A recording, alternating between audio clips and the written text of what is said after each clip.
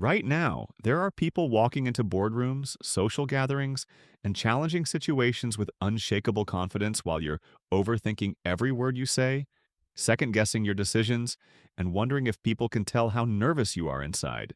What separates naturally confident people from everyone else isn't better genetics, fewer problems, or more success. It's something much more powerful and completely learnable. They think about themselves, other people, and social situations in fundamentally different ways than anxious people do. Welcome to Mind Vault, where we decode the psychology behind human excellence. Today, I'm cracking the confidence code by revealing the exact mental frameworks that create unshakable self-assurance, and more importantly, showing you how to reprogram your own mind to think like a naturally confident person. But first, let me destroy the biggest myth about confidence that keeps most people trapped in cycles of self-doubt. The common belief is that confident people never feel fear, never doubt themselves, and are naturally extroverted.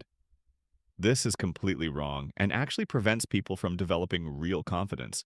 According to research from Harvard Business School, truly confident people experience the same fears and doubts as everyone else. The difference is how they interpret and respond to those feelings. While insecure people see nervousness as evidence that they're not capable, confident people see nervousness as normal human physiology that doesn't determine their ability to perform. Here's the real confidence secret. Confidence isn't the absence of fear, it's taking action despite fear. Naturally confident people have trained themselves to move forward while feeling uncomfortable, which creates a positive feedback loop that builds even more confidence over time.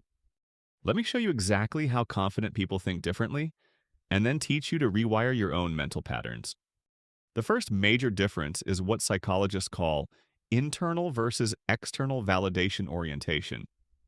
Most people build their self-worth based on external feedback, what others think, say, or do in response to them. This creates an emotional roller coaster where they feel great when they receive approval and terrible when they don't. Confident people have learned to generate validation internally. They evaluate their own performance based on effort, growth, and alignment with their values rather than other people's reactions. This doesn't mean they ignore feedback. It means they don't need constant approval to feel worthy. Here's how this plays out in real situations. An insecure person gives a presentation and feels devastated if one person looks bored, even if 99 people were engaged. A confident person gives the same presentation and focuses on whether they deliver their message clearly and authentically, regardless of individual reactions they can't control.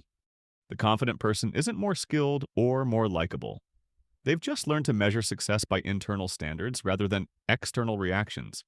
The second major difference is their relationship with failure and mistakes. Insecure people see failures as evidence of their inadequacy and try to avoid situations where they might fail. This creates a shrinking world where they only attempt things they're already good at.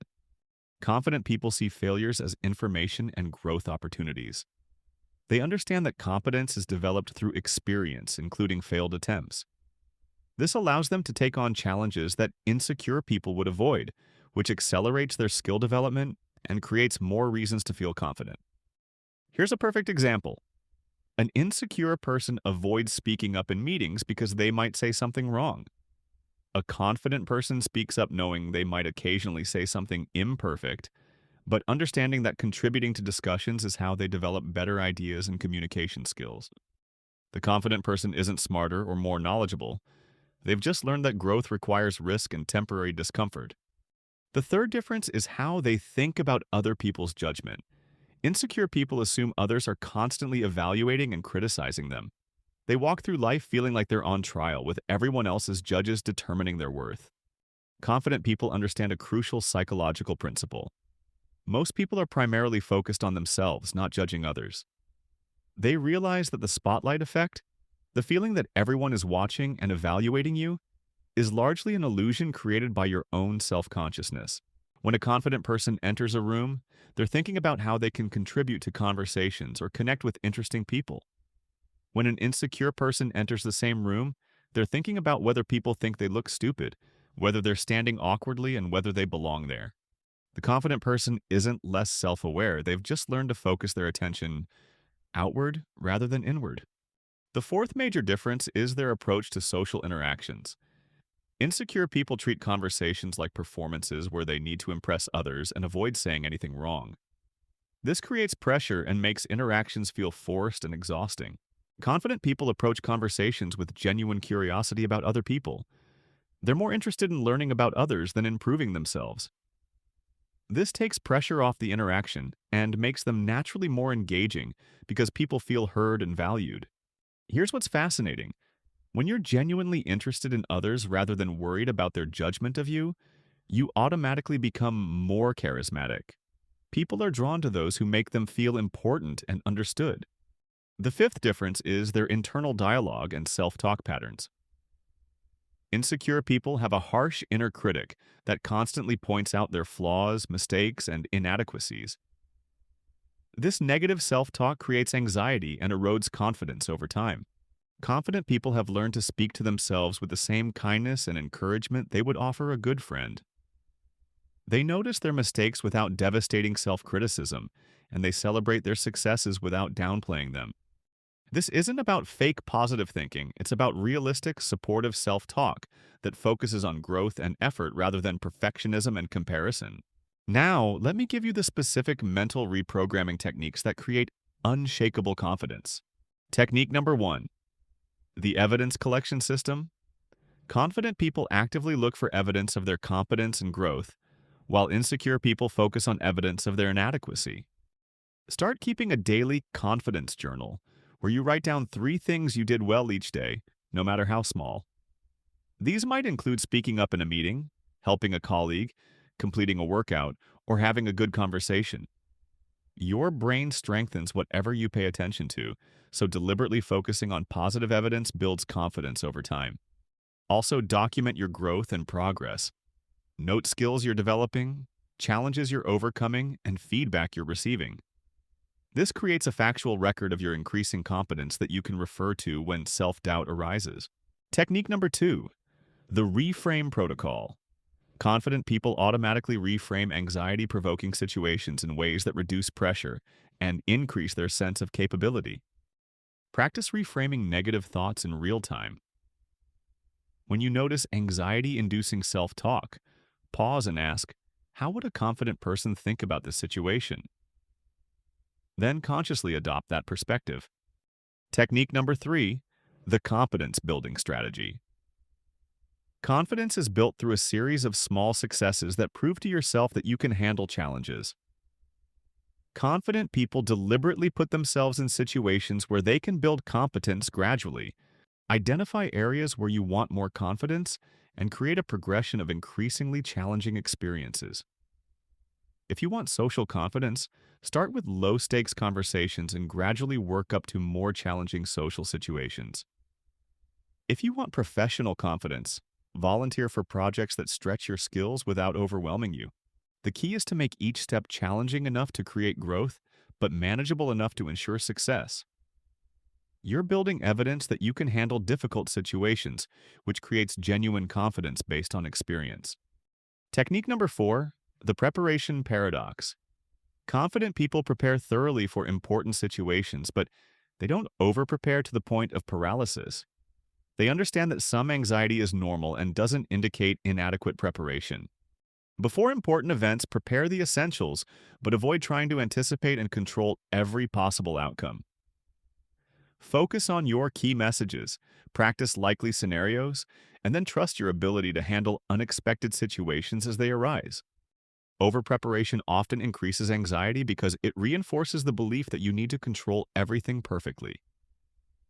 Confident people prepare well and then adapt flexibly to whatever happens.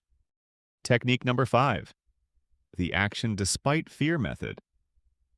This is perhaps the most important confidence-building technique. Confident people have learned to take action while feeling nervous rather than waiting until nervousness disappears.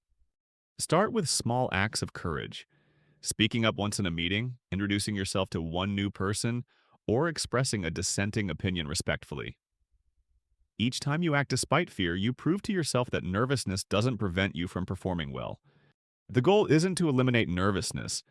It's to develop the skill of functioning effectively while nervous. This is what separates confident people from everyone else. Technique number 6, the Success Redefinition Framework. Insecure people define success by outcomes they can't completely control, other people's reactions, perfect performance, or specific results. This sets them up for feelings of failure even when they perform well. Redefine success based on factors within your control: your effort, preparation, authenticity, and willingness to take appropriate risks. If you give your best effort and act in alignment with your values, that's success regardless of the specific outcome. This doesn't mean you ignore results or stop striving for excellence. It means you evaluate yourself primarily on controllable factors, which creates sustainable confidence that isn't dependent on external circumstances. Now, let me address the most common confidence-killing beliefs and how to overcome them. Limiting belief. 1. I'm naturally shy and can't change. Shyness is a learned behavioral pattern, not a fixed personality trait.